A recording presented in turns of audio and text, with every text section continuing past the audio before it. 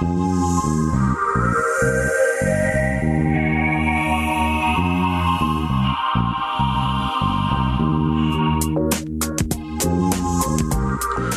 this is Dr. Rita Louise, and I'm interrupting the start of the show with an important announcement.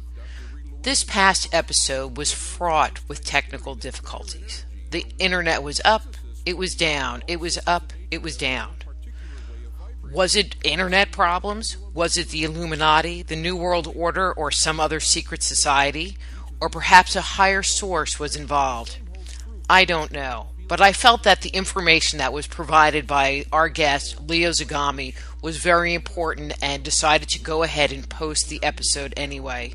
We hope you enjoy it, and please be patient. Thank you. Bye-bye. Time and space where past, present, and future collide. Today, what you believe may be called into question. What we want to know is, who made up the rules? Be brave and step outside the box. We are about to turn our world upside down and venture into the unknown. Hold on. We are departing our own beliefs and entering alternative realms. Enjoy the possibilities.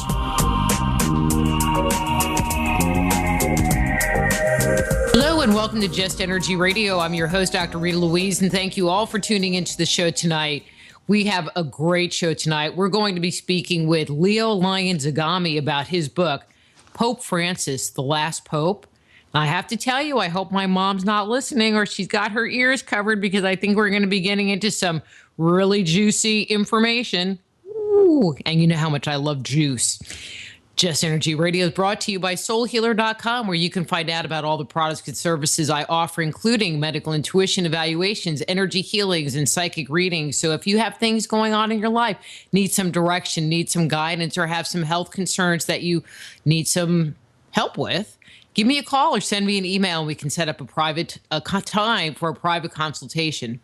Also on the Soul Healer website, if you have not purchased your copy of Icon, Deconstructing the Archetypes of the Ancients, we actually have DVD copies available. If you purchase a copy of it, you can get a copy of my book, Man-Made, The Chronicles of Our Extraterrestrial Gods, and also Avoiding the Cosmic 2x4 at a greatly discounted rate. So basically you would buy two, get one free. It works out just about that way.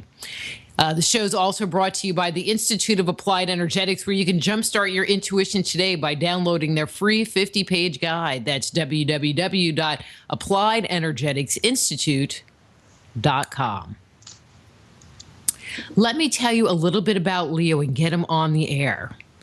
Lyon Zagami is the Grand Master of the Ordo Illuminatorum Universalis, who are considered by many the good side of the Vatican Illuminati, as an official association and order now based in Florence, Italy.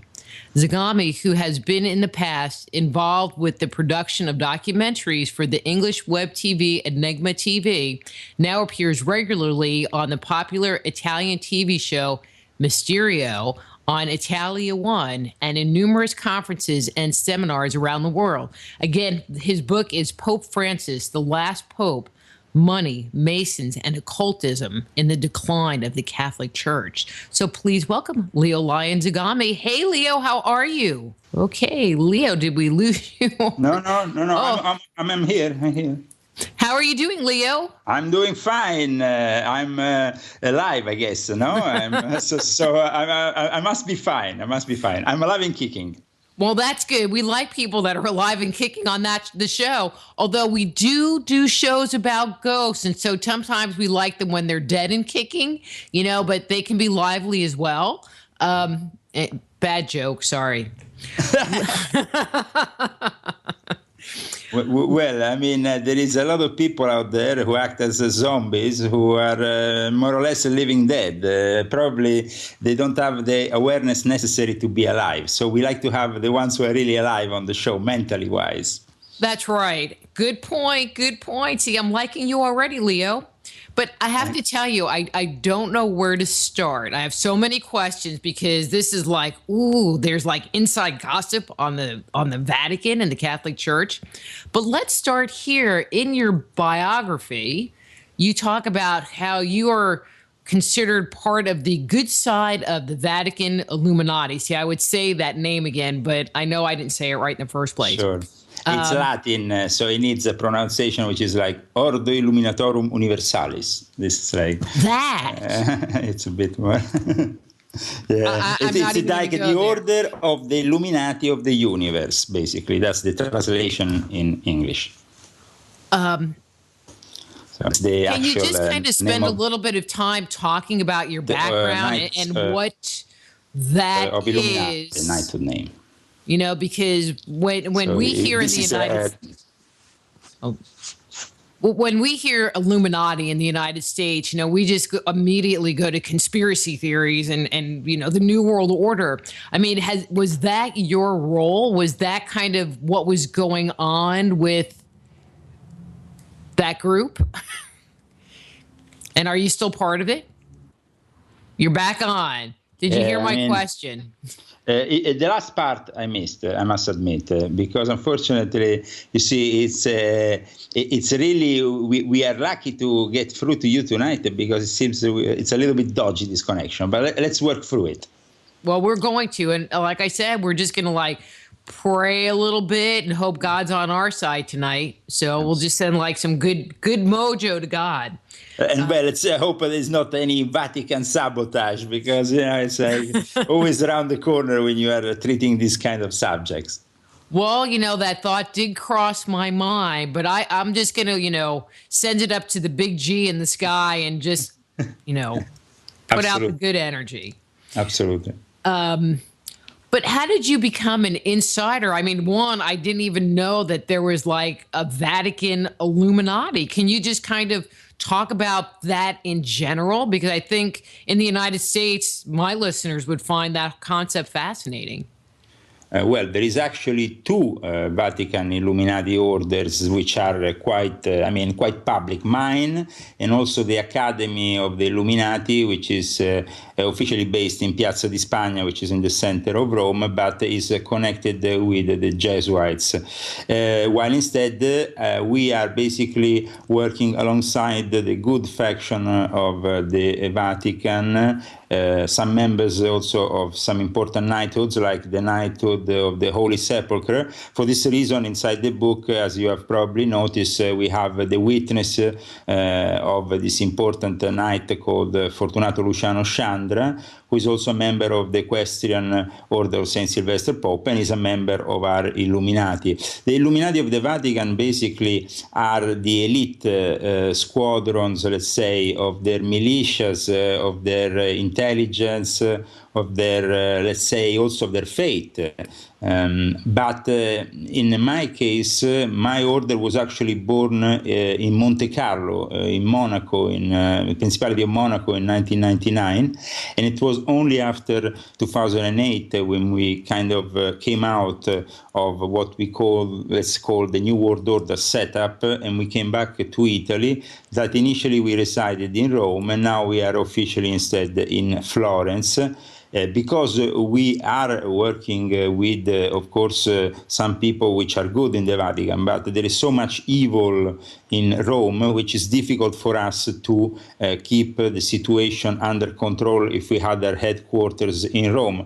And traditionally, the most illuminated minds are from Florence since the ancient times. As you know, Machiavelli comes from Florence. The prince is born out of a concept of power in Florence. And so basically the Illuminati is a cultural thing that puts together high-level members of Freemasonry, certain knighthoods within the Vatican, but also outside of the Vatican.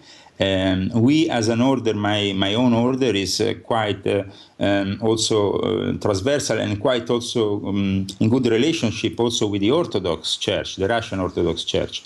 So often our work is requested when it comes down to diplomacy. It's maybe fascinating for people to know that there is Freemasonry in the Vatican, and it's even probably more fascinating for people to know that there is also Vatican Illuminati. But these orders exist because there is a necessity for certain secrets to be guarded by people who are very discreet and also that will not sell certain secrets for power or money.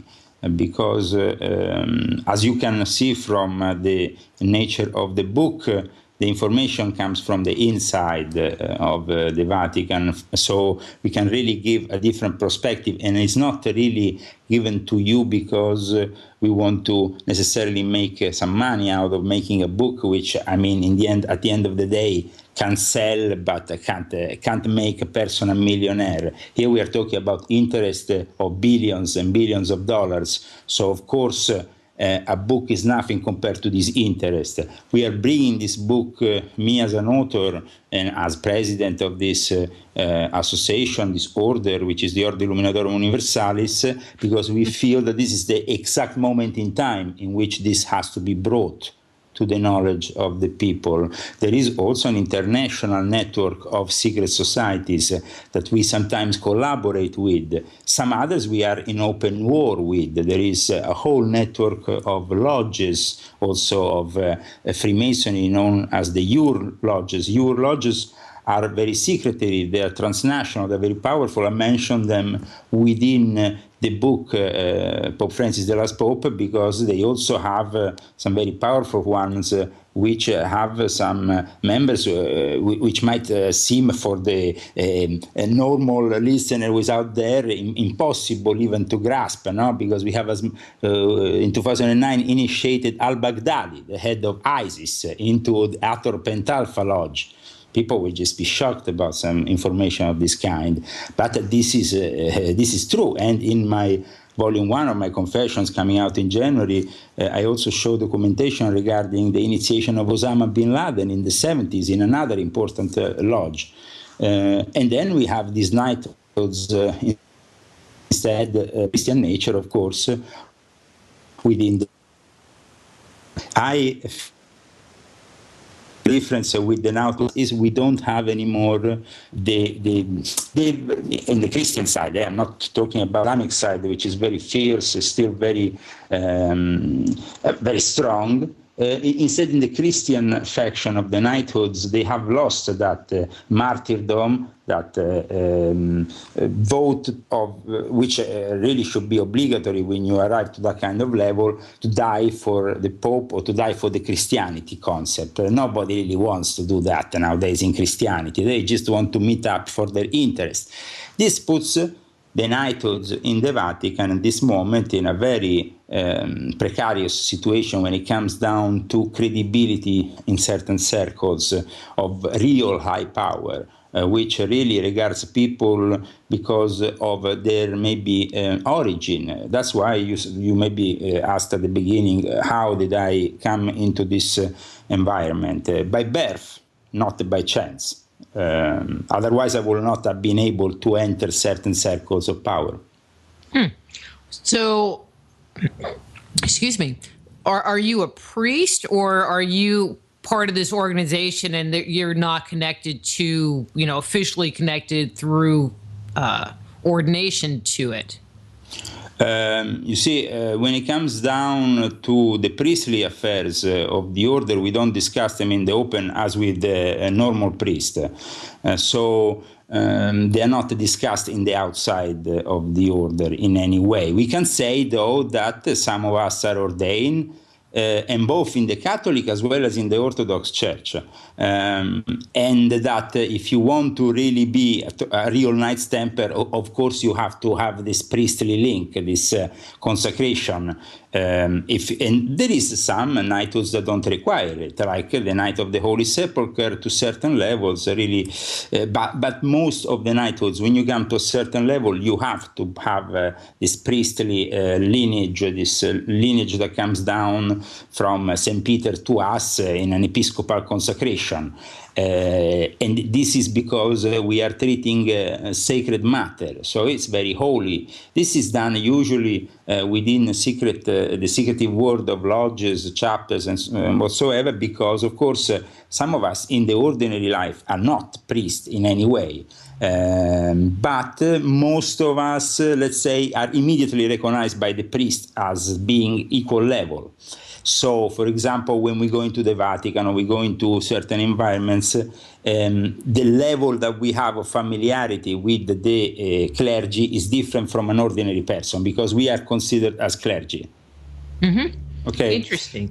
So and also there is some obligations, like for example, for certain knighthoods of the Vatican, like for example the Knight of the Holy Sepulchre in particular, or the Knight of San Sylvester Pope, when you get in front of the Swiss guards, they are obliged to salute you militarily. If you are recognized as being a knight of those knighthoods. They have to immediately put themselves into position militarily, because you might be a commander. You might, and for that reason, especially, you have an immediately recognition also at that level, which is the military level. So there is, of course, in the knighthoods, two levels: the clergy level and the more military level, the soldier level. Okay, a mix of the both, which is a bit like the prior militans, which is like the priory of the military. And in that case, of course, our contacts are mostly with military chaplains. A lot of the ones who interact with this kind of orders are military chaplains in areas of war, in important churches around the world.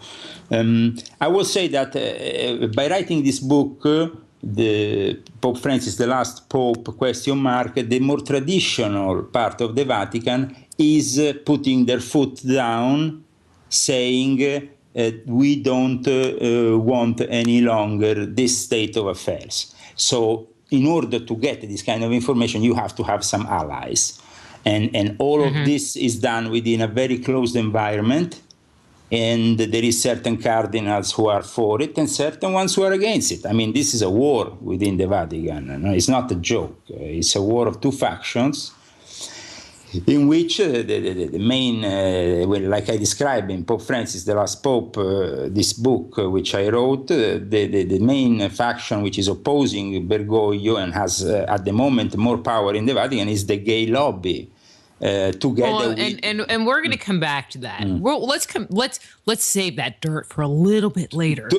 Sure. We are.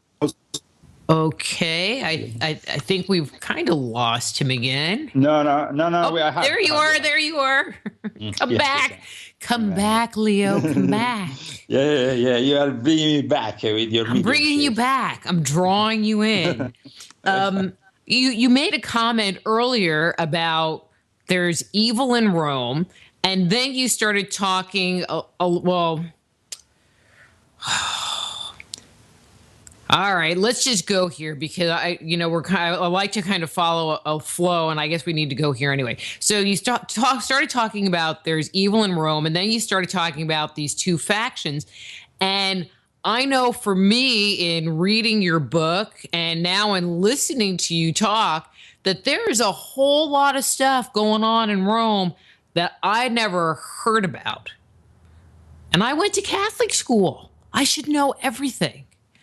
I mean, is there that kind of power play going on in the Vatican? Okay. Back at it. Oh, there you are. Here I am. Okay, so did you hear my question? The question, I stopped when you were talking about, I think I lost you when you were talking about maybe the good side of the Vatican, or the good side of the Illuminati. So you had said that there was evil in the Vatican and that there were two sides that were battling it out. Yes. And I mean, I went to Catholic school and I never heard of anything like this, but let me throw something out.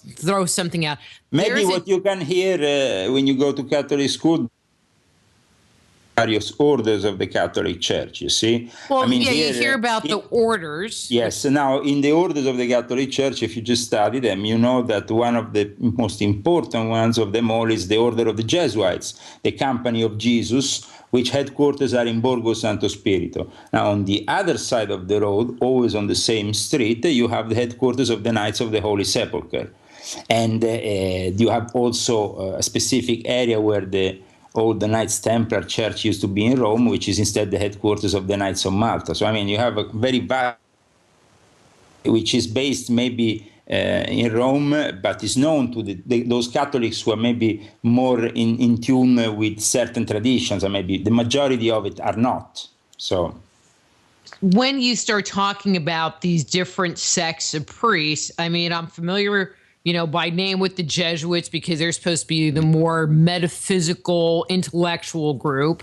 Where I went to school, it was a bunch of Franciscan priests. I mean, are their creeds, are their dictates and what they look to do really that different? Their political views? In what sense, sorry, they're different from who? If you have, what the Jesuits stand for, and then you have like the Franciscans or some other order priests. Sure. I mean, there is, and also the fact that Jesuits are the only ones who have a military approach. They are the ones in charge of the secret services of the Vatican. The Franciscans are not, but there is still within the Franciscans then certain orders also connected directly to the Franciscans, knighthood orders that work in a different way, and the Franciscans at the end have to always be loyal to the Jesuits because the Jesuits are the secret service of the Pope. They only respond to the Pope. And instead, the Franciscans have to respond to their own Father General, their own superior, But the Jesuit, in general, even if they have a superior, which is called the Black Pope and so on, he has to respond mainly in his fourth vote to the Pope himself. That's it. So the interest of the Order of the Jesuit is not the interest of Christianity, it's the interest of the Vatican, which is a very different set of interest, more to do with the material nature and not the spiritual nature. The Franciscans are very much in tune with the spiritual nature. Sure, okay. In regards to the Franciscans, and they will have to always be loyal to the Jesuits. In regards to other orders within the Catholic Church, each one have their own specificity. Like the Salesians have a very strong link with the economic side of the Vatican, even if they did some damages in the last decades towards it. And then we have the Benedictians, who are more in charge with the actual knowledge of the Vatican, because they were the first monastic order to print the first book in the world, in Germany and then in Subiaco in Italy. So this puts the Benedictians in a very specific, very particular realm of knowledge, of work within the Vatican. The two popes that we had, first Ratzinger, called himself Pope Benedict, in line with the tradition of Saint Benedict. Pope Francis wants to be in line officially with the tradition of Saint Francis, but as I also explain in my book, he's also linked to Francesco Saverio, which was this important saint of the Jesuit tradition, more of an agent of Rome and of the Vatican. Can I hear something? Yeah, I'm back. Yes. I'm back. So it's like God really has it out for us tonight. Well, it seems really, it's not easy, but we have to try harder, because I think that if we get through at least certain concepts here from Italy, from where I am now, maybe your listeners will have an inside perspective that they will not have otherwise. Well, and I completely agree, but I have to tell you, it wasn't you this time. My internet went completely down, and it's still down. And so now I just called into the show on my phone because I have no internet. Well, you have to understand the Vatican is very powerful. And how do they exercise this power in the US and maybe on you by blocking your internet line or, anything? It's very easy for them because the Vatican, of course, have their agents within the structures of the NSA, within the structures that go deep into the realm of communication. So when you are dealing with a book like Pope Francis, the Last Pope, you shouldn't be surprised that there is a degree of sabotage. I mean, here you're really dealing with some very hot stuff. Well, we like that. So now every time it gets weird, I'm going to go, ooh, it's the government. Let's talk a little bit about Pope Francis, because he's our new pope. Yes. And since the book is about him, you were talking about you were talking about the. About rats. Excuse me? It's about him, but without leaving aside Ratzinger, which still holds a very powerful position within the Vatican, hand in hand with that lobby which is opposing Bergoglio. Well, okay. But my question is, or where I'd like to kind of venture into him, is you were talking about the different orders, and I know that Pope Francis is a Jesuit. Absolutely. And from what I understand, he's the first Jesuit to ever become Pope. And how does that play into where the church was and now where it's going to move to, because he is a Jesuit and will be going based on his dictates?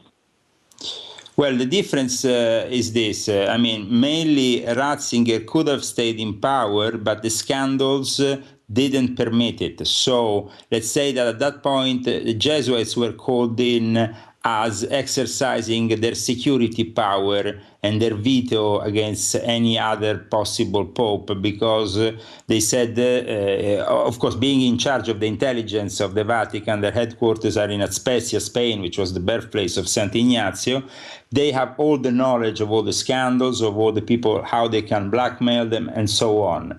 Even if, as I show in my book, there is a lobby, the gay lobby with Cardinal Bertone, who is equally powerful security-wise and intelligence-wise, that's why they're still there fighting their way. The Jesuits are the ones who have to step in the emergency situation and to actually position one of them as a pope, because this has never happened in history. This happens a bit as in a reign of emergency. So it's like Ratzinger stays, to a certain extent, the real pope. The elections of Francis, as I also describe in my book, are not 100% regular, meaning that there is actually at the fifth votation a small error which actually doesn't make them regular. So let's say that to a certain extent the real pope is still Ratzinger, but this Jesuit comes in as an emergency. It's like when you are bankrupt with a company and then you have to call in, somebody that takes over, you have in English, but you have these inspectors, these people that come in now to preside or something like that. Mm-hmm. And this is this kind of pope. He has to preside over the flock and over the scandals, trying to limit damage which was done before him. So he, to all effect, a pope like no other. This insight into what is going on in the church, I mean, it sounds like the Jesuits are kind of like, the military coming in and taking over and trying to right the wrongs. What I'm not sure is, because Leo made the comment earlier that the Jesuits were kind of on the dark side. Yeah. So if the dark side is taking over, or if the Jesuits are kind of on the dark side or the evil side, then how would having Pope Francis be in charge help anything? No, actually, in the end, Pope Francis can't do much. And so it becomes a show, a great big show. And I described in my book how Verbisky, this important writer and journalist in Argentina, has exposed Bergoglio for his ways in the 70s in favor of the dictatorship in Argentina. And this, of course, has lent him to have a lot of credibility within the conservative CIA circles, which were involved also with the P2 and the dictatorship in Argentina. So his rise to power, betraying two Jesuits in Argentina, because he actually got these two Jesuits arrested and they were tortured for 6 months.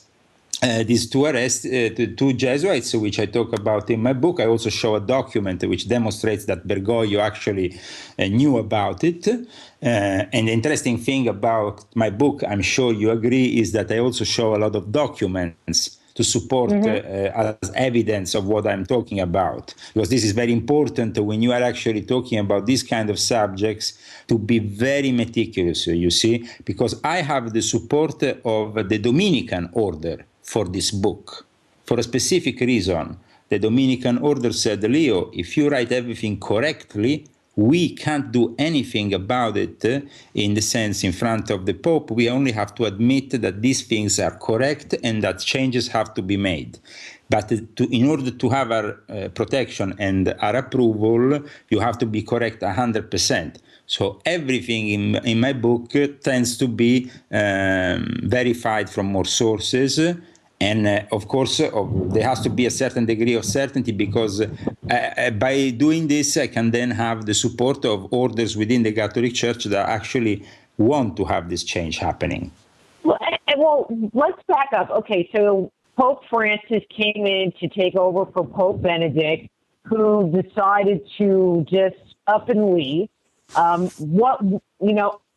think everyone heard about the scandals that were going on, and he took responsibility for the scandals. But is there a deeper story that was happening that we didn't really hear about as to why he abdicated in the first place? I think that if you have read the book, and I invite also my listeners to do the same, they will see that there was such a big amount of scandals that, even one of them would be enough, but they were just piling up day after day. And both these scandals in the world of the pedophilia priest and so on, and also in the economic side, linked to the Vatican Bank, to the YOR, to the Vatican finances. These two things, and in the end, the fact that even Ratzinger himself is involved to a certain degree in pedophilia, has pushed him in the end out of the picture. Okay? I can't hear you. Now I'm back. I can hear the background. Oh, that's because it's raining really hard, and I've been turning my microphone off.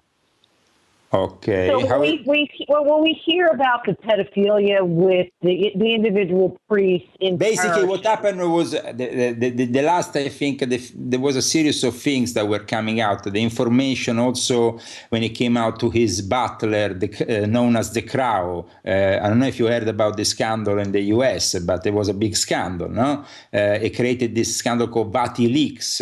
A certain degree of information was leaked to the press that shouldn't have been leaked. Well, let me ask this question. We're talking about the pedophilia. How high up into the Vatican? Did it go all the way up into the Vatican? Do we have the Pope and cardinals doing all kinds of stuff there? Let's say that there is films done within the Vatican and outside of the Vatican, which demonstrate that cardinals, children, and the whole show. So, there is the actual evidence which has been deposited. I show in my book where it's been deposited, who are the witnesses. And actually, in the last few days, some other evidence has been coming out from another diocese in Taranto, Italy, and demonstrating that what I've been saying in the book is 100% correct, because there is apparently other videos surfacing of sexual acts done even inside churches. There is a very interesting. No way. Yes. No way. Sure, but you want to hear something more? Now I'm going to tell you something more. Come on, I like this stuff. One of these cardinals is called Worth 80s. He's a gay pedophilia guy. In Assange's WikiLeaks is known as Jessica. And he himself with other... Here we're talking, Monsignor Camaldo is the head ceremonier of the Pope, the guy you see next to the Pope when he celebrates Mass, the guy who basically announced the Pope, when he when he was elected Pope. You have those main ceremony. You hear me? Uh-huh. Uh-huh. Yes. Ceremony, how you say, the master of ceremonies. And basically, Monsignor Camaldo one day was invited two transsexuals. There was a little kid. They were basically having this gay orgy, They finished in the morning, and then they celebrated Mass in this little chapel, and then the guy went on to celebrate Mass with the Pope. Hello? I mean, I just find that kind of hard to believe. No, but the thing is, here it's not a question of being hard to believe. Here we're talking about things which have been deposited by the police. Well, no, and I hear you, but, you know, in my good Catholic, or not so good Catholic mind, it's, you know, you think of the Pope and the cardinals as being beyond sin. You know, and not that being gay is a sin to me, but in their minds, it is, isn't it? Yeah, well, the thing is, there's a lot of hypocrisy.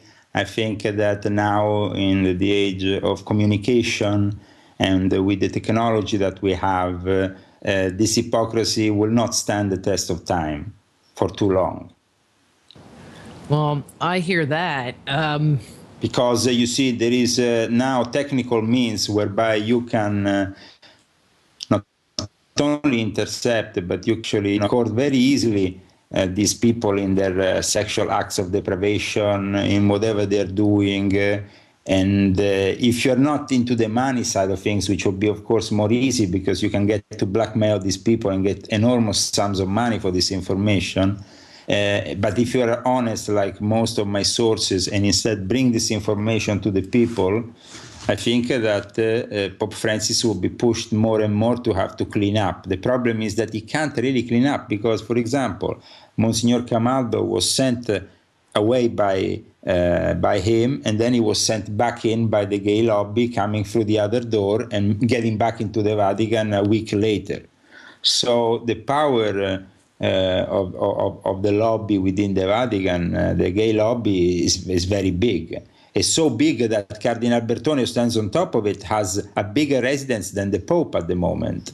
He has a 700 square meters penthouse, while Bergoglio resides in a modest apartment of a couple hundred square meters. But I thought that Catholics think homosexuality is a sin. So isn't that being really hypocritical against, their own basis of faith?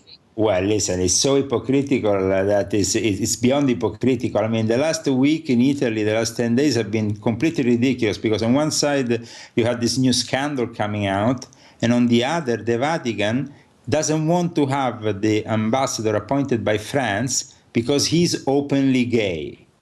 While, and of course, the French, I don't know if they said it because they want to take the gimmick out of it, but they said he has all the right features to become the perfect ambassador.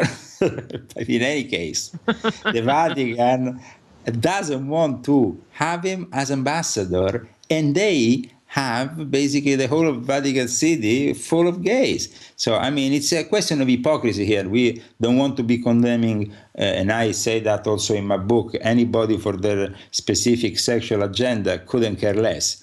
But actually, the problem is here with being honest about things, being coherent, being honest. And I'm sure that most gay people who are listening to me now will agree that condemning people like they do, condemning the gay like they do in church, and then going with gay prostitutes in the night and doing cocaine, because I also talk about how much cocaine has been surfacing lately in the Vatican. And not once, but now there's been already 3 times that cocaine that was sent to the Vatican was taken by the police. So, I mean, we're talking here about really a city of debauchery, not of holiness. Well, it sounds like the party is at the Vatican tonight. Well, it's wild. It's wild. I tell you, it's apparently the wildness of this party. And also, I mean, a complete contrast with what Pope Francis is preaching outwards. And so Pope Francis can be regarded as a great actor. That's what he is. That's what also Verbisky says, the author I cited earlier. He's a great actor.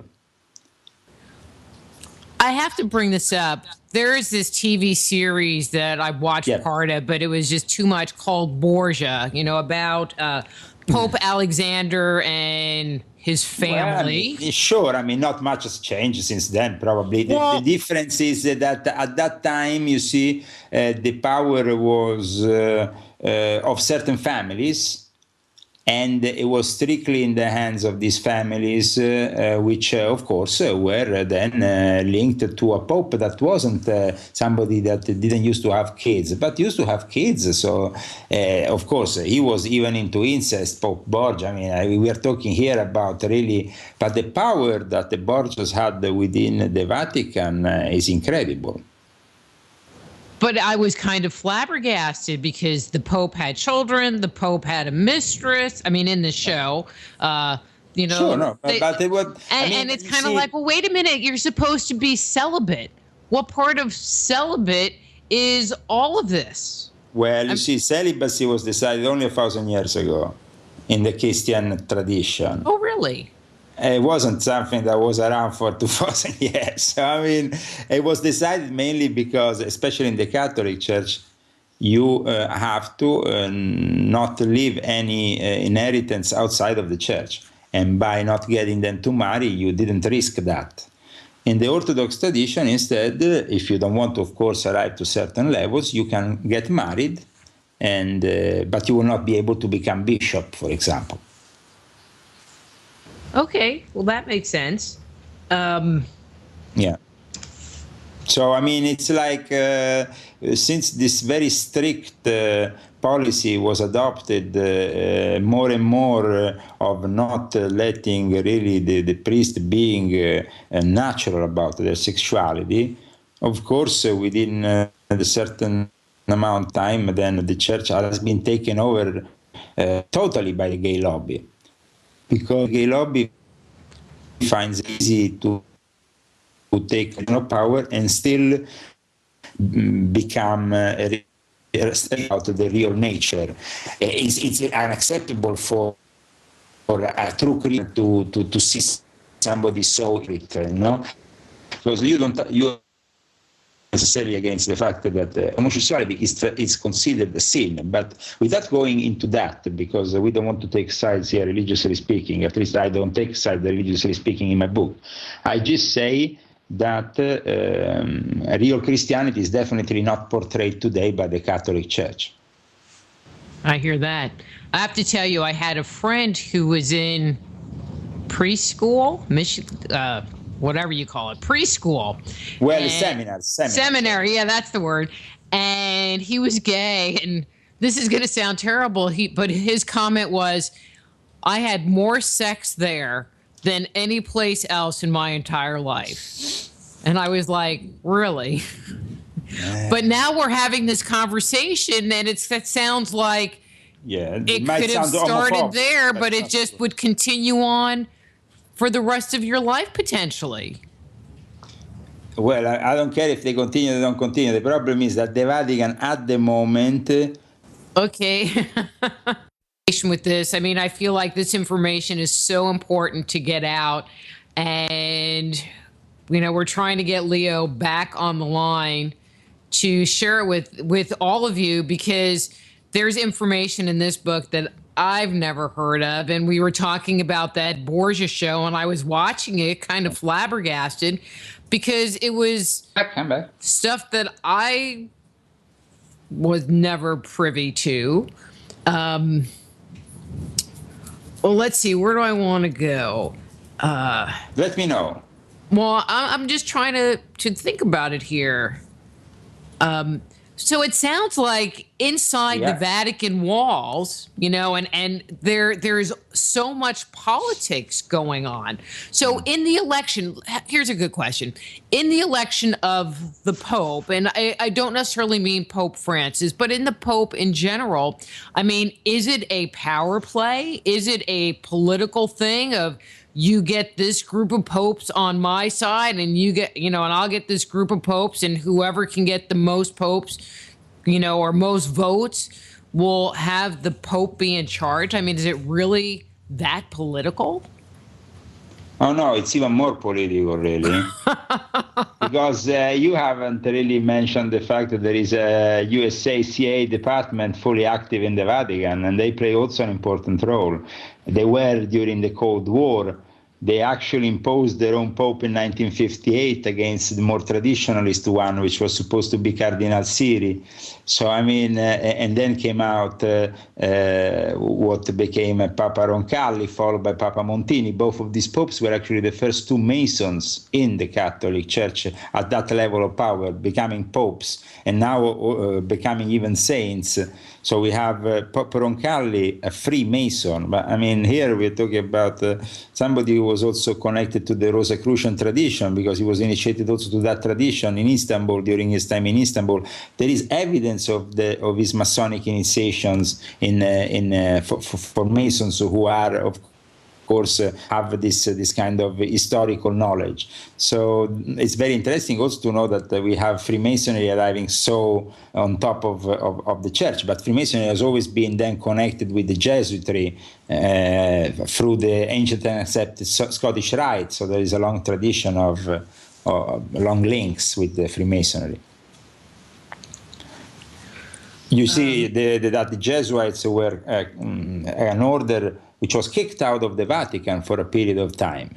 They were actually kicked out of the Vatican between 1770, 1772, all the way to 1814. They were considered illegal, irregular, banned from the Vatican. So, I mean, here, now we have a pope of an order that was actually banned from different countries around the world, I think around 70 times. So I mean, the Jesuits are definitely a very particular. So what makes them be so particular or special that people count them out? The tradition of the Jesuits is born with Saint Ignatius. You know, every time you get to the juicy part, your voice drops out, Leo. And now, important words from our sponsors. No. Okay, so maybe we'll find out about the Jesuits and... Okay, we're going to try... Here we are. There you are. Yeah, it comes back in automatic. You know? I appear and I disappear. You have to evoke me. Well, I just said in the chat room that I think I need a drink now. Come on. Maybe we could just drink some wine and it'll all be good. Well, I mean, it's interesting that the Jesuits themselves don't really take a position within the lobby gay battle with the rest of humanity. They simply are acting as, their duty is to act in that certain way. But their knowledge is superior to every other order in the Catholic Church because they have intelligence archives. They operate teaching the intelligence. I mean, there is schools in the US, Jesuits train people for the day. So you have the Jesuits. I guess they got a lot of secrets because we're extracting them one secret at a time, and then you have to piece it together to weave it into something. Maybe. If Leo's there. Leo, come back, Leo.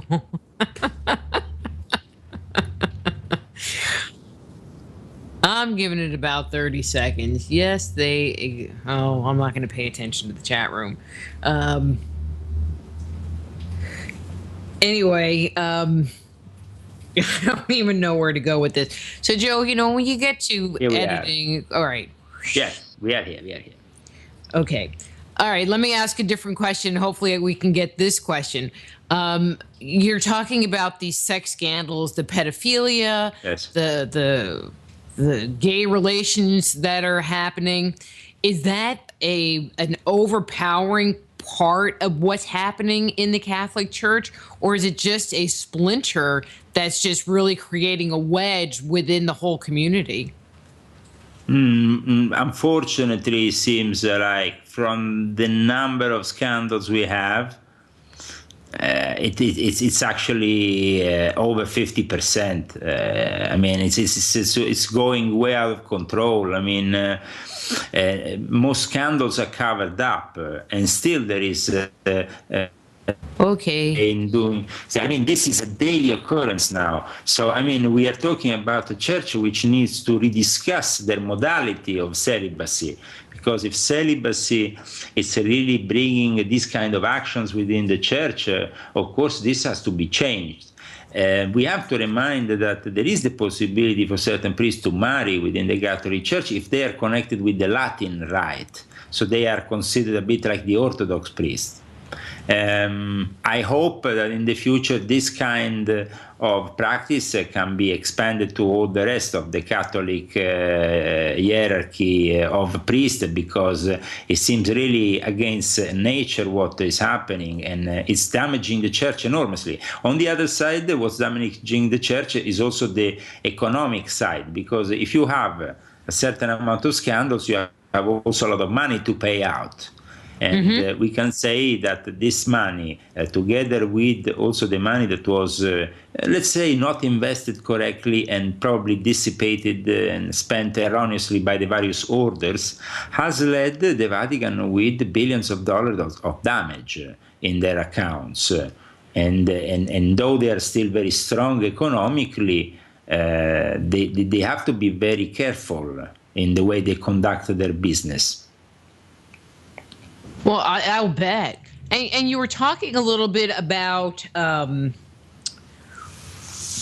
different orders and the Masons, and how there was recent popes that were Masons. How much impact does the Vatican have on the world, and how much influence does the world, aka governments, have on the Vatican? What is that relationship like? Well, I mean, most head of states are all members of the various knighthoods, and most members of intelligence services are members of the various knighthoods. And so basically they all have to, in the end, go to the Pope. Everybody? Everybody. So it's like, and even in Orthodox Russia, they exist, for example, a priory of Order of the Holy Sepulchre, even if probably a minority respected to the Orthodox tradition. There is then their own knighthoods, but of course there is now, as I describe in my book, this great conflict between the Orthodox Church and the Catholic on certain values. And that conflict has brought the war in Ukraine. Because this conflict in Ukraine is born, first of all, out of a certain war between the Catholic and the Orthodox faction. This war made out of many interests, but also out of the conscious worry of the Orthodox Church about the microchipping. And microchipping considered as the mark of the beast by the Orthodox Church, but not by the Catholic Church. Yeah, that's a whole huge conversation, and we only have 4 minutes till we go to the break. So let me throw this in, and we're gonna shift into a different area. If all of these groups ultimately end up reporting to the Pope, from all different world governments, then there's the whole idea of the New World Order and the Bilderbergs and whatever, the Trilateral Commission. But would you say that the head of all of this is the Pope? Is he the man behind the curtain? Is the Jesuits together with the Zionists. And so it's basically the Pope together with the rabbis of the Shenek in Israel. I mean, it's like... it's equal in power. So, they've been together in bed with each other since the 50s in this New World Order game. Since the Second Vatican Council, which was inspired by the Zionists to make the acceptance of the Jews in a traditional Catholic world which wasn't accepting them.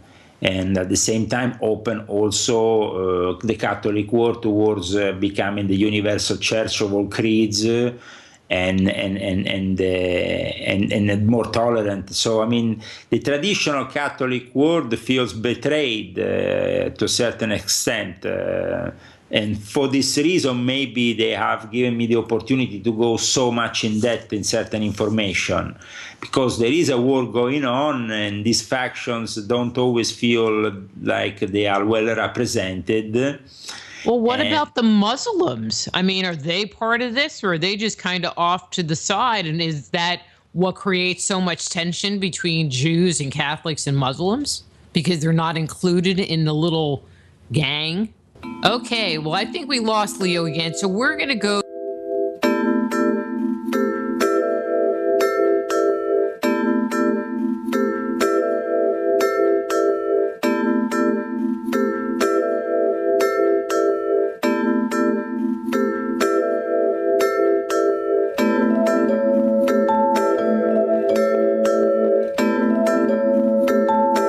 Just Energy Radio with your host, Dr. Rita Louise, will return right after these messages.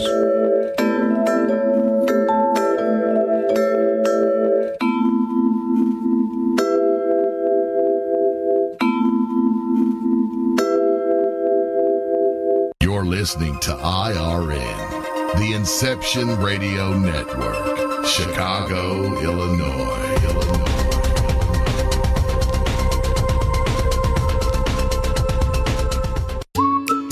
Are you looking for a cure for boredom? Never worry. IRN's new interactive website introduces a number of ways to pass time while you listen to your favorite show. Choose anything from the IRN chat lounge, the game lounge, video lounge, or the mood lounge. These fun, exciting features let you chat in real time with fellow listeners, view live skywatches, play daily posted online games, or pick a show based on topic. The choices are endless. Use your time wisely, keeping it all on IRN. Who were the gods of antiquity? They've been described as the forces of nature, levels of consciousness, and aspects of our psyche. Stories that depict their incredible weapons, their flying machines, and their amazing adventures are characterized as being the product of our ancestors' fanciful imaginations. But what if the tales of the gods are true? Did the writers, chroniclers, and scribes of our distant past actually document a realistic view of our origin?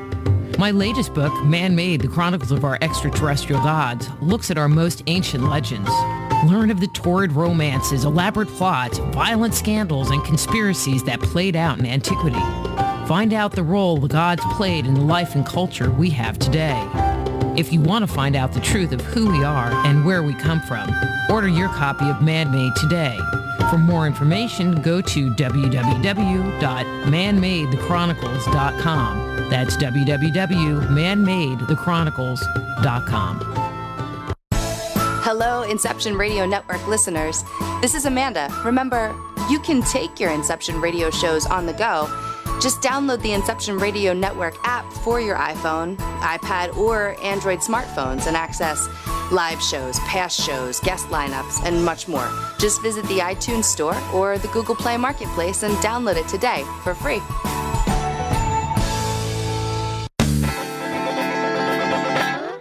Move past the crossroads in your life and discover alternative solutions to your deepest concerns at soulhealer.com. So whether it's a physical problem, an emotional issue, a question about work, or troubles in your relationships, naturopath and medical intuitive Dr. Rita Louise can help you. Bring peace, harmony, and health back into your life. Schedule a session today. Visit soulhealer.com right away and live the life you've been dreaming of. You didn't forget what's coming up tonight, did you? Hi, Inception Radio Network listeners. This is Amanda. Never miss that interview you were looking forward to or the show on your favorite topic. Follow IRN on Twitter, I_R_N, and get reminders about the evening's live shows as well as fun and important updates throughout the week. That's I_R_N, and never miss a great show again.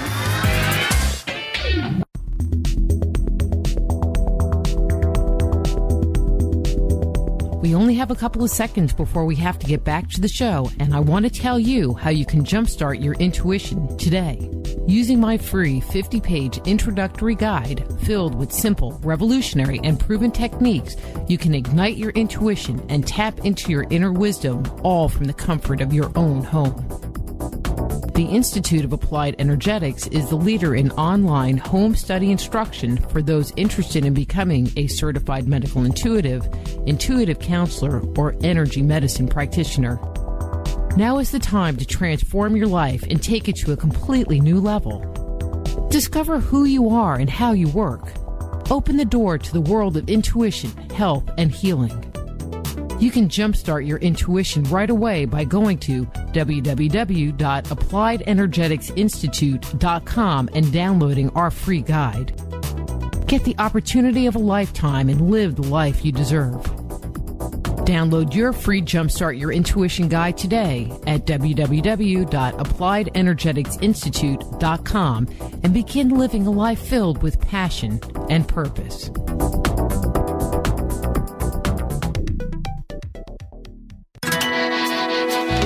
Don't have a computer?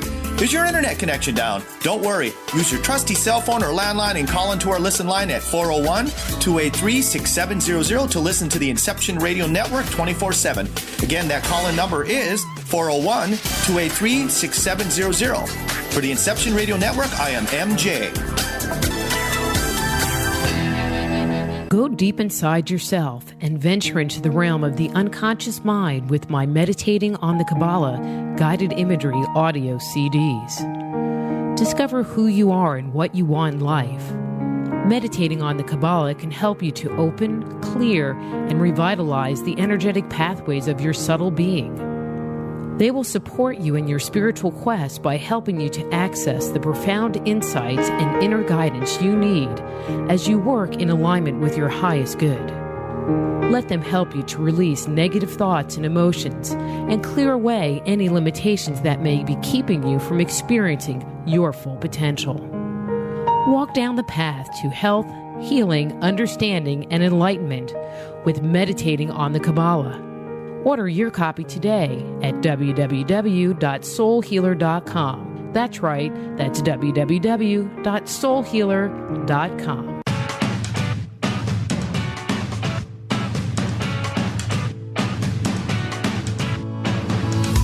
Hello, Inception Radio Network. Would you like your favorite show to be played again live on air? Well, now the choice is in your hands with IRN's live request portal, an easy way to request your favorite show with a simple click. IRN's live request portal now gives you exclusive access to all of the shows. How easy is it? Simply type a show name or a guest name, click request, even write a dedication message, and that's it. Try it now. Simply visit InceptionRadioNetwork.com, click on the live request tab under the show menu. Now playing your favorite show is just a mouse click away.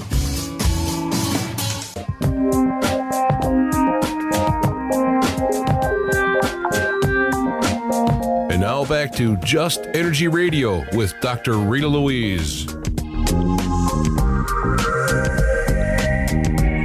Hello and welcome back to Just Energy Radio. I'm your host, Dr. Rita Louise, and thank you all for staying tuned to the second hour of the show. This hour is brought to you by the Institute of Applied Energetics. That's www.appliedenergeticsinstitute.com. If you've been thinking about becoming a certified medical intuitive, intuitive counselor, or energy healer, all of our training programs are on sale right now. So check it out, www.appliedenergeticsinstitute.com.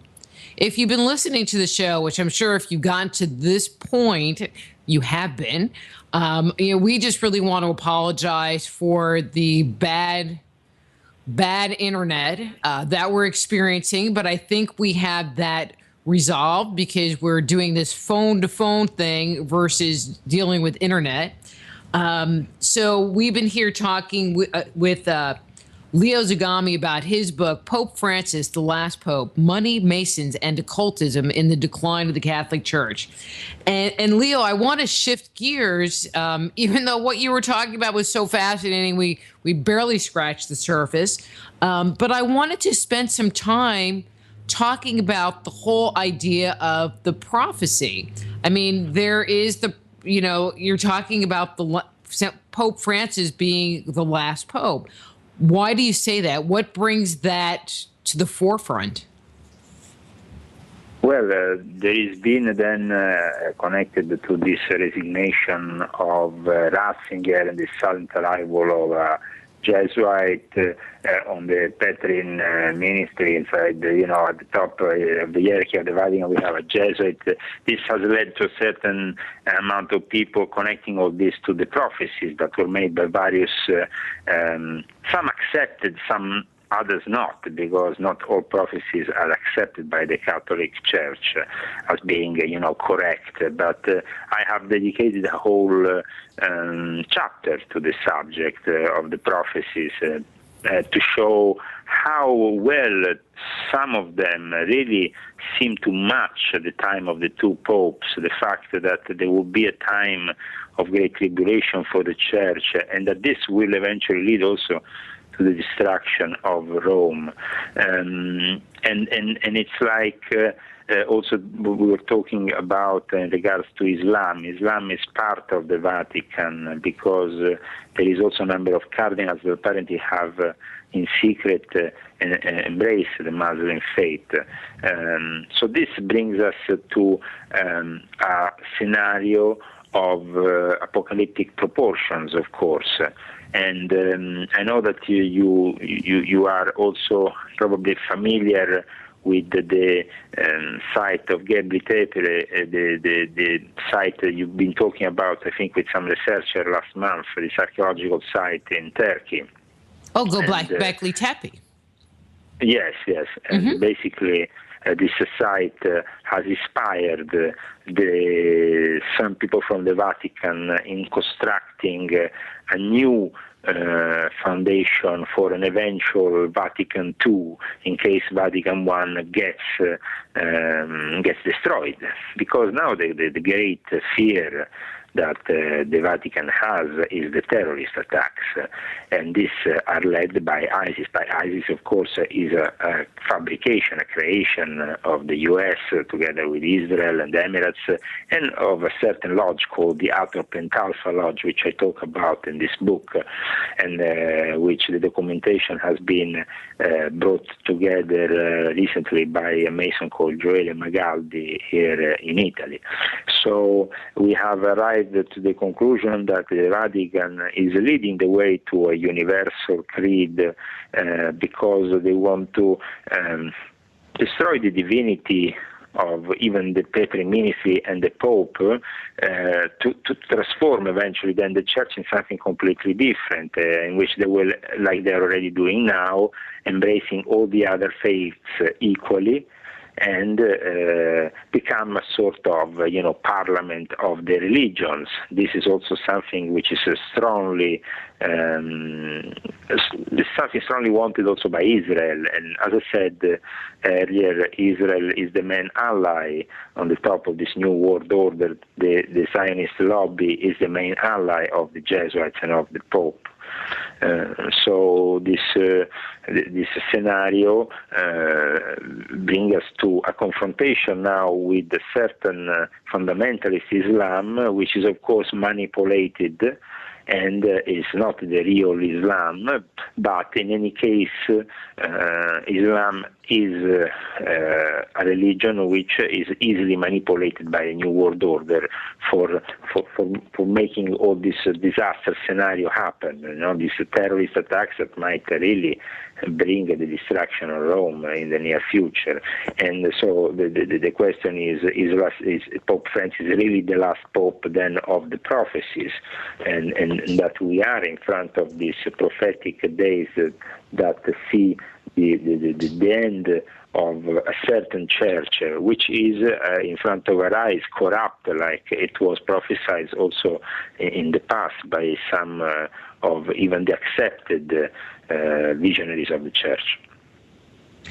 Do you think the upset that's going on in the Middle East is because there's real tensions going on in the Middle East, or do you think the church and these underground currents are actually spurring them on so that we can have the apocalypse play out for us so that they can utilize it as a power play for their own agenda? Yes, we can say that there is a will by the fundamentalist factions in both Christianity, also Judaism and Islam, the Abrahamic faiths, in wanting to accelerate the times for a end of times scenario. And by doing the tremendous acts that, for example, ISIS does every day, they seem to accelerate this scenario. The implementation of this scenario means that for the Muslim, the Mahdi will come, the helper of the Messiah, and this will lead also to the arrival of the Messiah, which of course is foreseen also by the Christians. So they're all pushing towards that direction, and the prophecies get put into place. Like for example, we had the attack on John Paul II by Ali Akçaa, this Turkish gunman, and this attack kind of entered the prophecy that was made back in Fatima in 1917, and so this prophecy was used by the Church in a way at the end of the confrontation of the Cold War with the Soviet Union, and the third vision, which was sealed by Lucia under orders that they could only be open until 1960, apparently was never really revealed in the correct way. So even the Church is kind of putting aside those prophecies that really will show that they are at the end of days. So I will say that it was very significant when Ratzinger resigned that we had this tremendous storm on the Vatican and this lightning striking on top of St. Peter. So you saw it. I also put it in my book. The picture. Yeah, that's a great picture.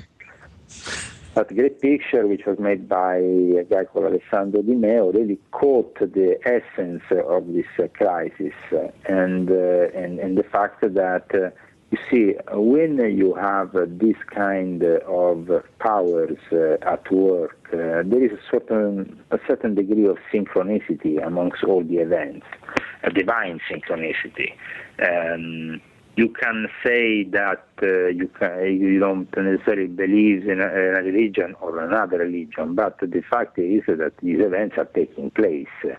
And I also show in my book that there is definitely, we are living in a prophetic moment, and all this pedophilia, all these scandals, and the fact that the Vatican tends to defend this gay lobby is really making the earth and the skies rebel to this scenario. God is not at all probably happy, in front of all this, and so we see really the decline of the Catholic Church in this end of time scenario as being full of interesting anecdotes and of stories, which I report in my book, Pope Francis the Last Pope, which I think, if you have read in detail also what I have put in this book, is full of false prophets, of people like, for example, Frater Maciel, who was the founder of the Legionaries of Christ. This guy who was, portrayed as a great hero of the Catholic faith until 2010, with, in the end, even Benedict XVI had to call him a false prophet. This guy was a CIA agent, was an agent of the Jesuits, was a founder of this very influential Catholic group, which was very close also to Ronald Reagan, to certain conservative Republican circles in the U.S., and he was a pedophilia guy. He was even married. He made, his double life was full of the worst things, and still the Legionaries of Christ are considered very influential. And there was this person, this Marian Glendon, which is a professor, imagine, of law at Harvard Law School. She's like an esteemed hand professor. She's not like the rest. And this Marian Glendon is probably now, in the era of Pope Francis, being called by Pope Francis amongst his closest collaborators, and she's probably now the representative for the CIA inside the Vatican, Marian Glendon. And it's incredible that somebody who was so close and Michelle and to the Legionaries of Christ, like this Glendon, is now being called on by Pope Francis to be one of his closest collaborators. I mean, I am quite shocked of the fact that Pope Francis really, in the end, didn't deliver what many hoped for a minute he could have delivered. Even myself, I had a little bit of hope, but in the end, the hope, when I saw that certain things were not leading anywhere, I decided to really release this book, and I hope that people will understand that it's important, this book, to be understood by all the Catholics and non-Catholics because of the implications it has in the contemporary events in the world. Hello? You know, years ago, in looking at some of the things that were coming out of, I'm going to say, faith-based religions, you know, especially the Catholic Church, you know, I often wondered if the Catholic Church, you know, instead of there being one person being the Antichrist, whether the Catholic Church was actually the Antichrist. And with everything that you're talking about, it seems like the church is trying to manipulate people into something. I don't really understand what they're trying to manipulate people to do, okay? But if you take it back to... Well, I mean, it's easy to see what they're manipulating people to. Them manipulating people to simply send not money? Be... No, not to be, first of all, their values have been destroyed, you see, by a certain progressive liberal church brought corruption into the Catholic Church and led them astray. So basically, by diminishing those values, you are destroying also the Christian values. And the Catholic Church is, at the end of the day, the leading Christian belief. And a lot of those people which, like the Baptists, Evangelical, whatever, in the end, now, the last years, through the Second Vatican Council, they actually came back to be totally controlled and in line with the Catholic Church because they're in line with their Masonic masters. Most of them are also Freemasons. They're part of the great network of the New World Order, which is establishing this New World religion. So the Christian faiths are now more united than ever. But the bottom line, Leo, is if you read... It takes it totally away from Jesus's teachings. I mean, I thought religion and faith. Yeah, but the Christianity is not the teachings of any church that we have nowadays representing. So what do they want? I mean, if they, other than wanting the power, but the power for what? What do they get? What are what's the end game with them? I mean, the end game is that they have they are in charge of their lives. They have all the companies, everything that is everything that we drink, we eat, it passes through their system. It's part of their system, And when you are basically in the end one world with a religion which will be the same for everybody at one point, because first of all they will trigger, and like they're doing now, this this Islamic, thing to create the chaos, to create the distraction, this confrontation. But in the end, the plan is to really have one world religion, and one world religion that they can easily manipulate for the matters of faith. If you are believing in any faith, they will have the answer for you. That's why the Vatican is increasing, and as I showed in my book, the fact that Pope Francis has guested an imam and also a Jewish leader, and all praying together inside the Vatican, and the imam was even cursing the infidels inside the Vatican, which means infidels, non-Muslims.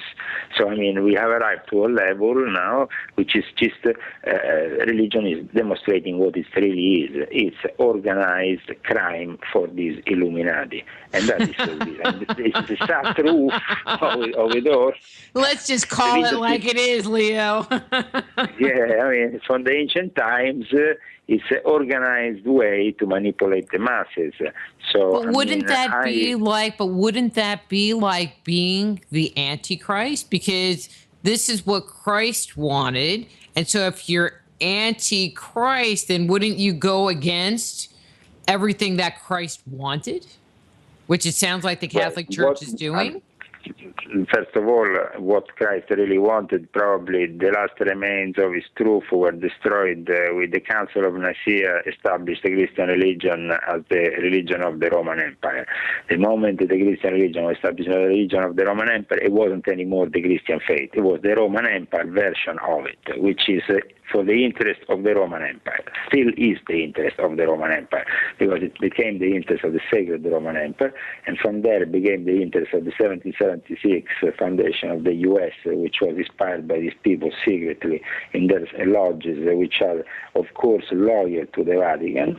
And then in the end, we have an illusion of democracy, but everything leads back, of course, to the Vatican and also to their cousins, the Zionists, the Jews, which have worked together with them in the crafting of this new world order. Of course, in the last few centuries, we have moments in which there was this kind of like contrast between the Catholic and the Jewish factions, but gradually, from a century and a half, of course, we had the episode of the terrible of Hitler and Nazism, but that was instrumental after for obtaining the state of Israel.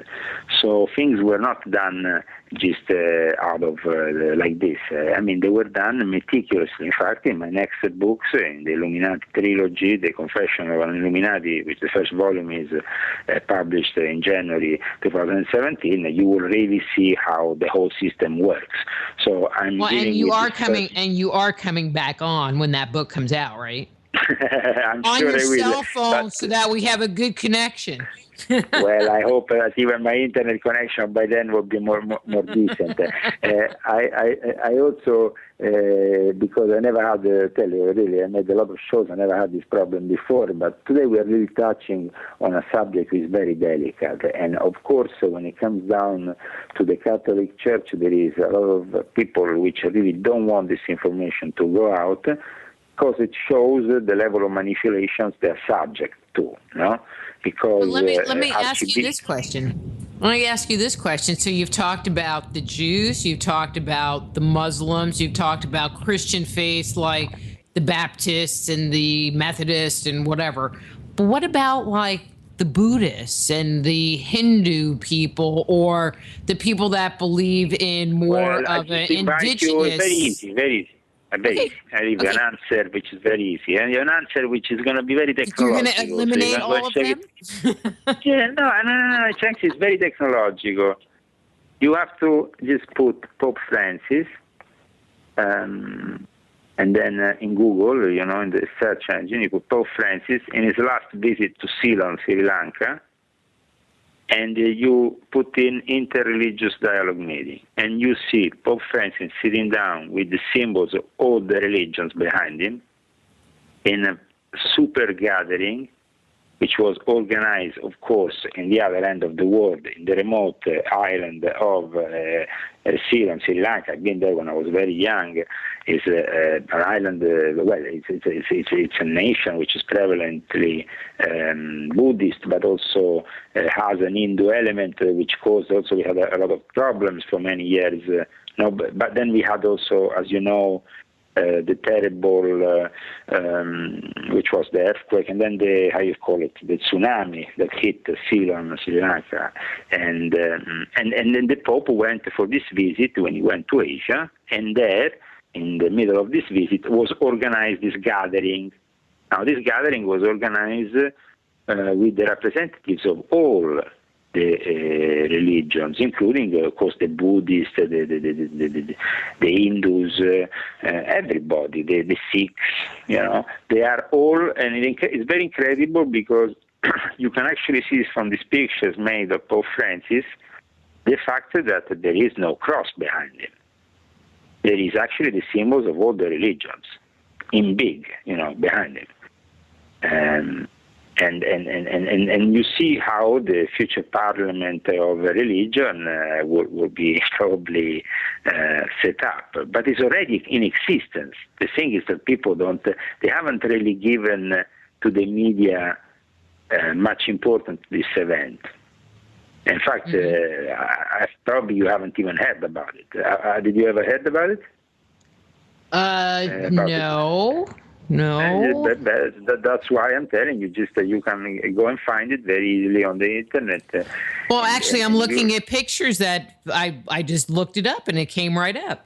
So are they trying to strong-arm individuals or groups from these other philosophical traditions to join in with the Pope? But they're already all joined. Oh. There is no trying. All right, well, that's scary. Now, I have to tell you, that Pope Francis does look kind, and he seems nice. I mean, you've seen the Star Wars movies. Are you familiar with the Star Wars movies? Sure. With Luke and Darth Vader, and I mean, I have to say that Pope Benedict kind of looked like the Emperor, it was kind of scary. So I think that, and I think that might have been why they had to get rid of him, because they kept, putting pictures on the internet of him and the Emperor, anyway. Moving along. No, the thing is that Ratzinger, at one point before his sudden resignation, was found in a car at 2 o'clock at night with a young lover. The car broke down. It was a BMW.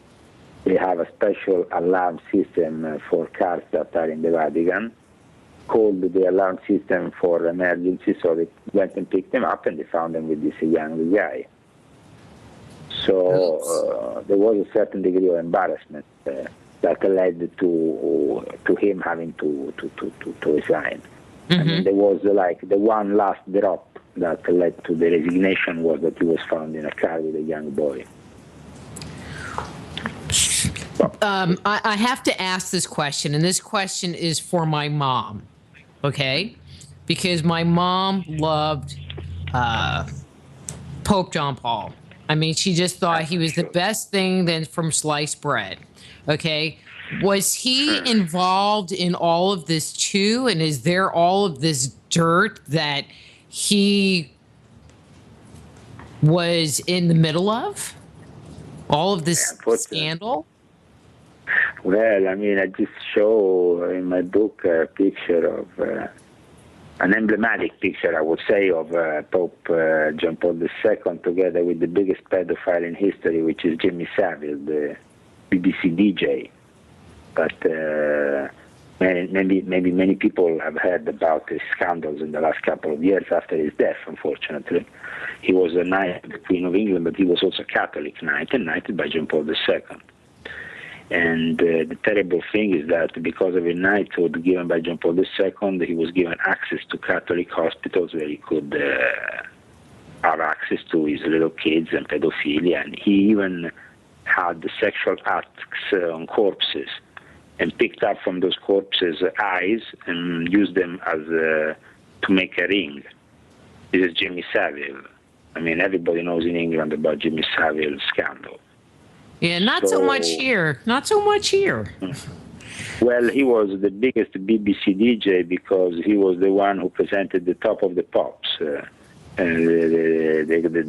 ultimate show for the music, and for many years he was the top DJ. All that era in which we had the Beatles and the Rolling Stones, then they went into the 70s and 80s. He was always there with this funny hairdo, and everybody thought he was simply an eccentric character. And after his death, instead, it came out the sad truth that he had basically raped hundreds of victims in these hospitals where he had access because of his position.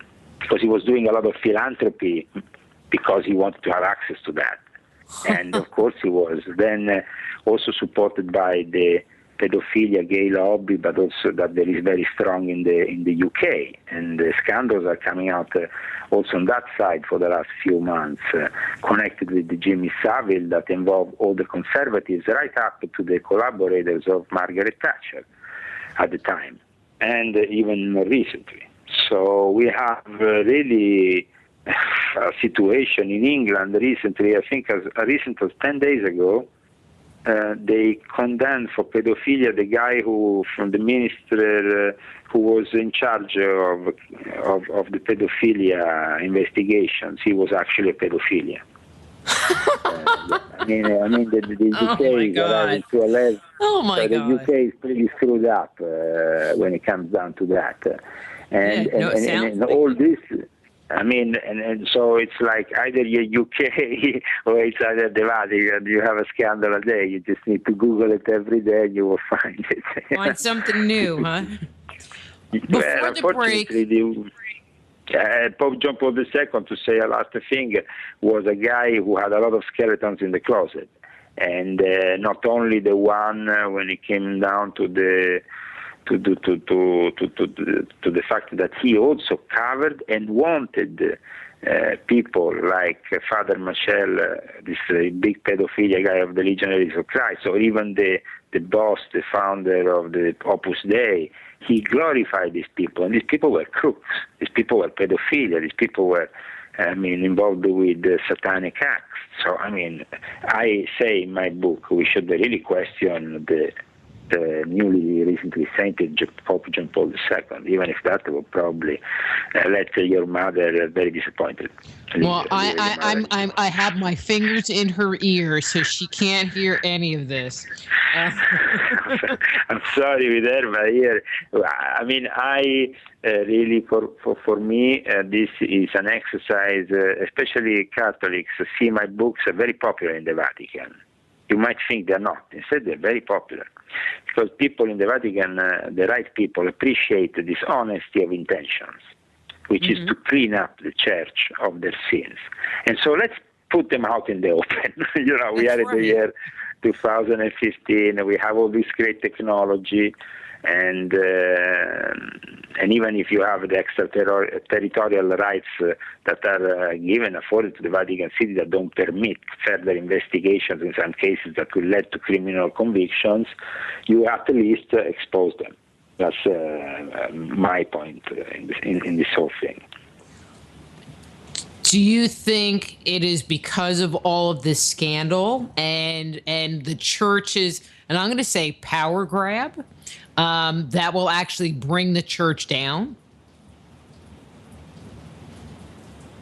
It's already going down every day. It's like, but they have put a great actor, like Verbisky said, that is saving the situation.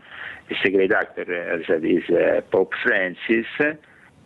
Pope Benedict continues behind the scene, giving orders, because he still has a lot of people who are loyal to him.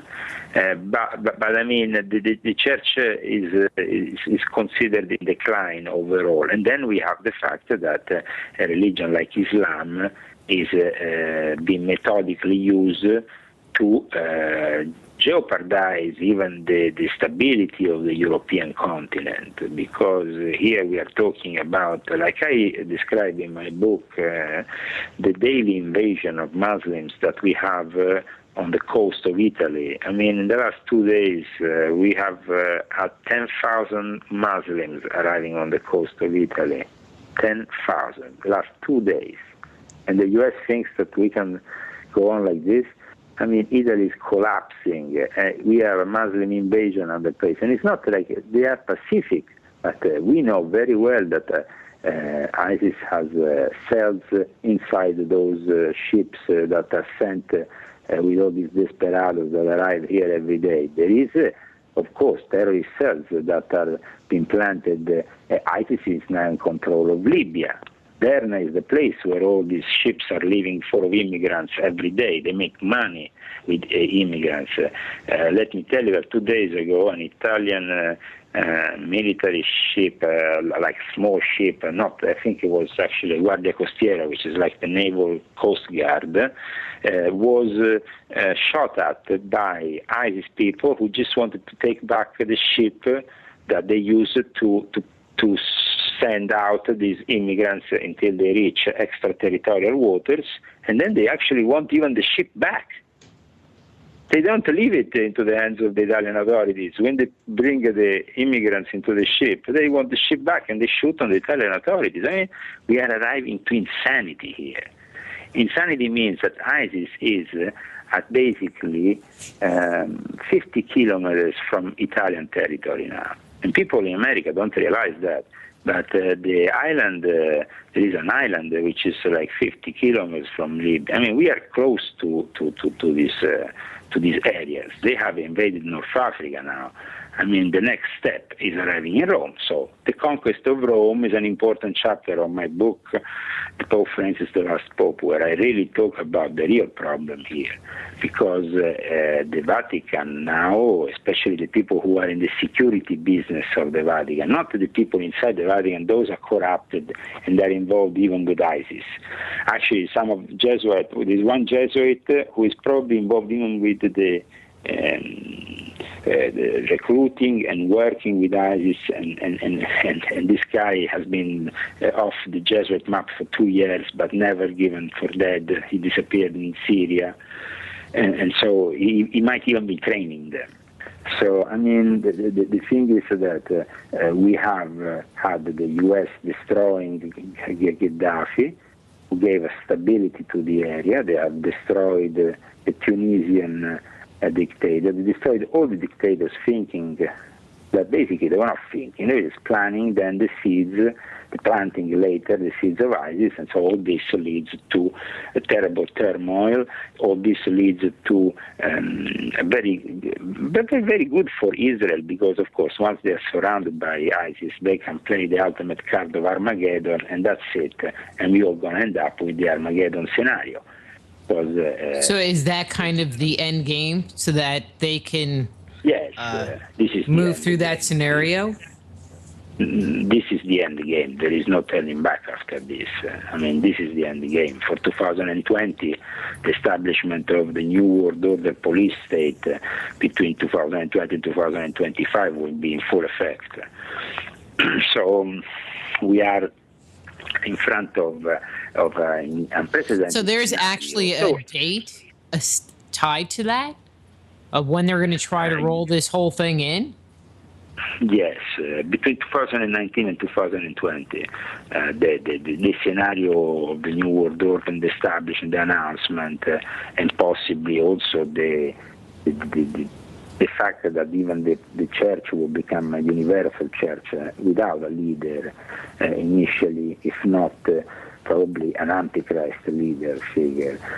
We are talking here about the end of time scenario which are prophesized.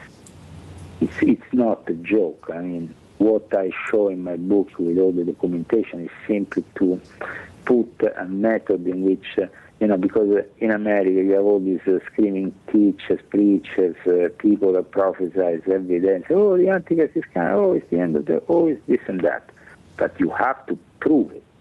I don't talk rubbish in my book. I talk with the evidence in my hands and I show this is happening tomorrow, this is happening the day after, and this is the documents that we have in regards to this and that. An important document that surfaced was this document from the Rockefeller Foundation regarding various future scenario planning.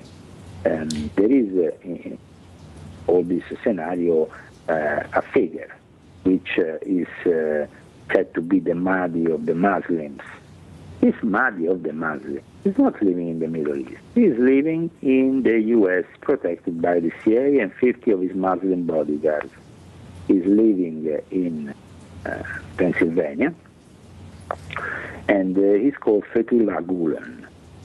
This guy, who was also went to visit John Paul II on February 9, 1998, is the most influential Muslim leader and works together hand in hand also with the CIA.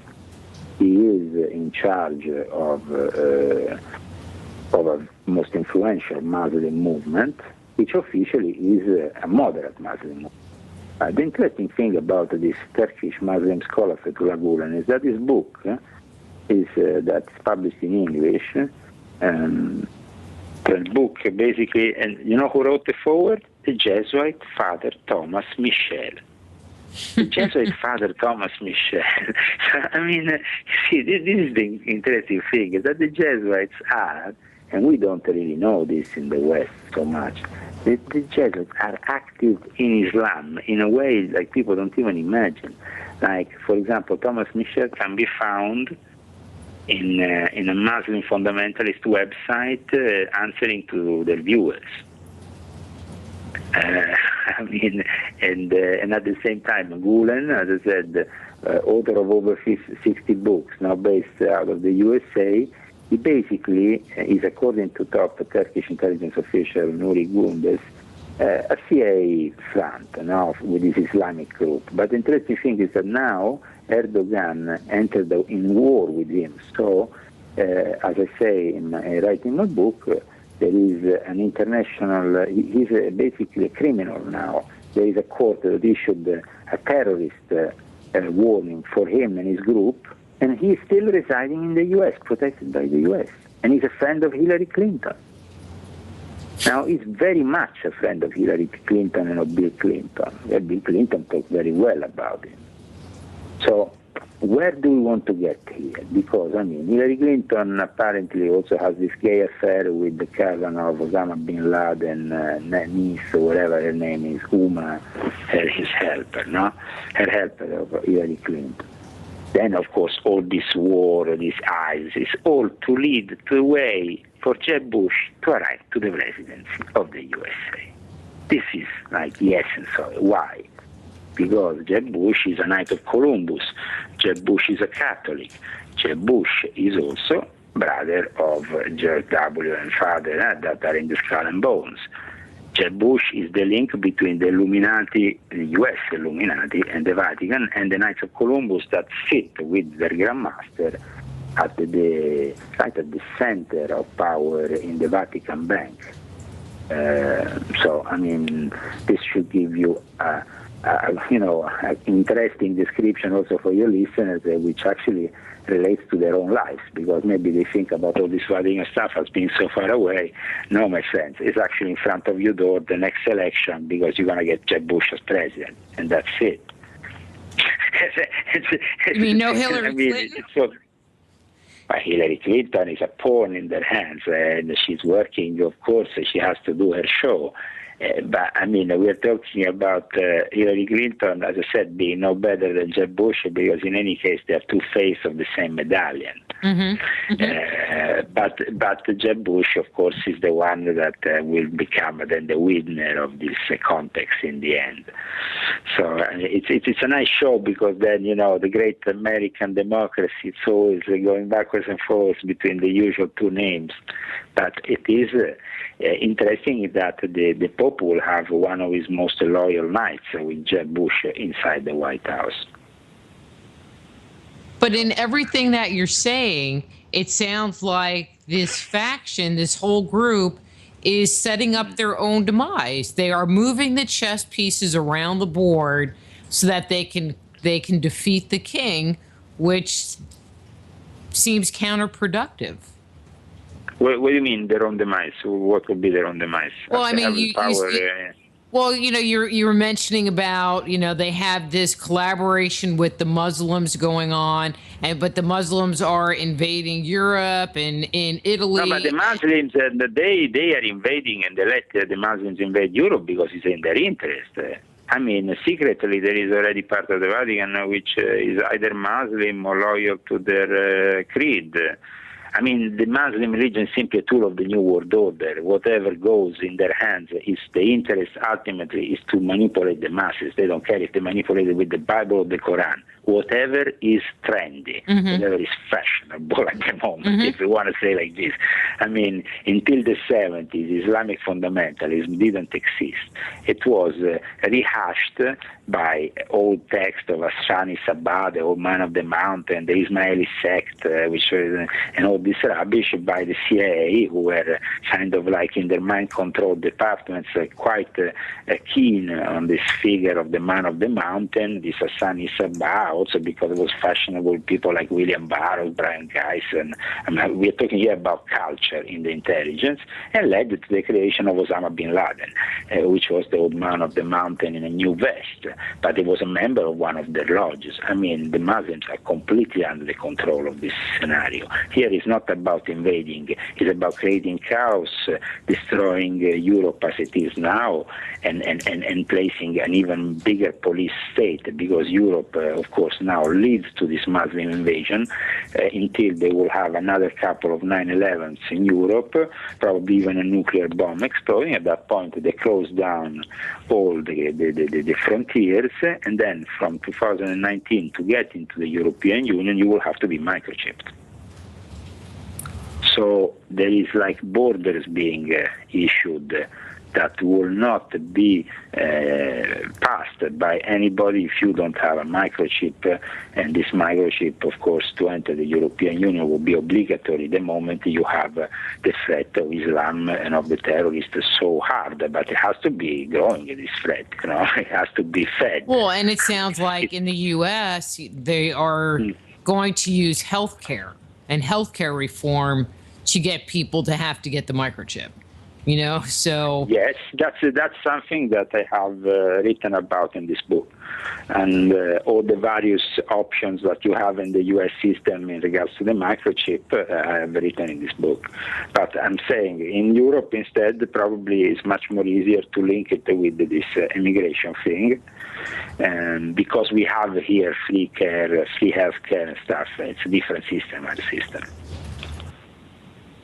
So it is definitely interesting that the Americans haven't understood that the danger of what is happening here in Europe will definitely then arrive once again to their doorstep, because you see, but it is piloted by their intelligence services. I mean, the CIA is completely in bed, like the Mossad or other intelligence agencies, with the ISIS creation. Al-Baghdadi was a guy who was actually responsible during the period in between until 2004, when he was in prison. You know what was the role of al-Baghdadi? Al-Baghdadi was the man in charge of the whole prison as a prison inmate on behalf of the Americans. If the Americans had a problem in the prison system in Iraq, they would call al-Baghdadi to fix it. So al-Baghdadi is the man of the U.S. For that reason, he was initiated in 2009 in the Upper Pentalpha Lodge. I mean, it's not like by chance. So Osama bin Laden, Eden, it was Zibrinsky who initiated him in Afghanistan. He had to, of course, his job was to front the Soviet Union and then create this Islamic fundamentalist Al-Qaeda rubbish, which became a great tool. The ultimate, unfortunately, the result of all this is always to sell weapons. So the military-industrial complex of Eisenhower is ultimately the one that always makes things work well in their business, line of business.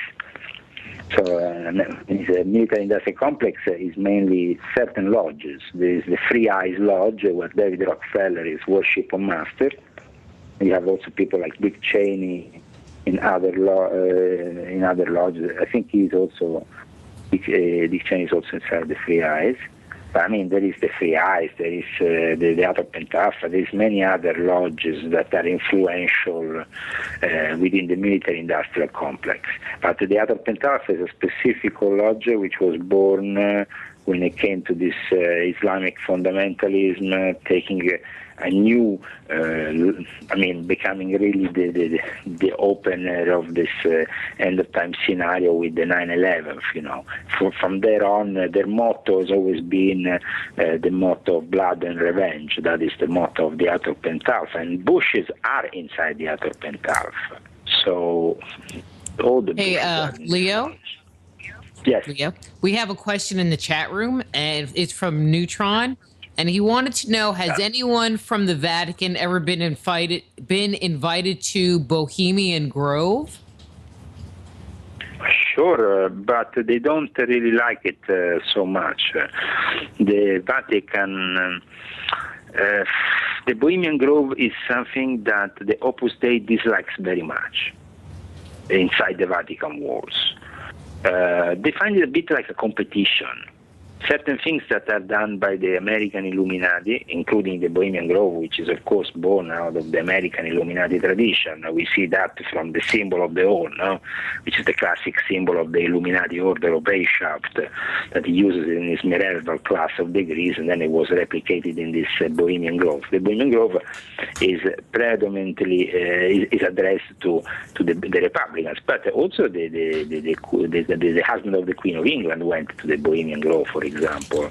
And from time to time, Catholics have been inside the Bohemian Grove, but no clergy that I know has ever been inside the Bohemian Grove. Though, I mean, it might be possible because they have the same taste in little boys, and maybe the Bohemian Grove are a little bit more traditional in their homosexual encounters. I don't know. I mean, it seems like there is a lot of that going on within their annual meetings. So I mean, I hope that gives you an answer. I just think that the whole thing is crazy. Will people wake up? Is it possible that people will wake up to realize that, you know, they have this belief that they are serving God by following the rules that come out of church or that come out of government or, you know, wherever, you know, the power is directing? Will people ever wake up and realize that what they see and what they've been told is not really the truth? Well, you see, I mean, this power is really, when it comes to the Bohemian Grove, for example, you have Kissinger, no? And Kissinger wrote this book, which is called World Order, which came out last year. Very interesting in the way, you know, they manipulate people, and of course, I'm sure Kissinger could have told us much more. There was a time in which Ratzinger wanted to even take Kissinger as his personal advisor to demonstrate what kind of links there are between the American Illuminati like Kissinger, and who is also, by the way, in the Free Eyes Lodge. So, I mean, most key members of the Free Eyes Lodge are present on top of the Bohemian Grove, and they actually manipulate the Bohemian Grove even more. I would say that there is no way that the people can grasp the hypocrisy of these powers on top, because the way of reasoning is completely different from us. And I think that reading Kissinger's book last year made me understand even more that, because really he's quite blatant, quite open about this level of manipulation within his own book. Again, I mean, what you're talking about, I find shocking, interesting, compelling, and so behind the scenes. You know, you hear these stories. You hear stories of like Bohemian Grove, and there's this part of you that goes, that can't be true. You know, somebody's just making this up. And to find out that it is going, to find out that it's going even deeper than, you know, these groups that they're talking about, all the way up through the church to the Pope, it makes it take even a deeper level. Well, sure. Also because, for example, the Bohemian Grove comes from the tradition of the Illuminati, of course, and it's quite recent. It was born 120 years ago, maybe more, I think, 130, whatever. But in any case, the Bohemian Grove, Bohemian Club before is a recent creation. These pagan cults, which also have these satanic elements, because they are satanic, are in the Vatican for hundreds of years.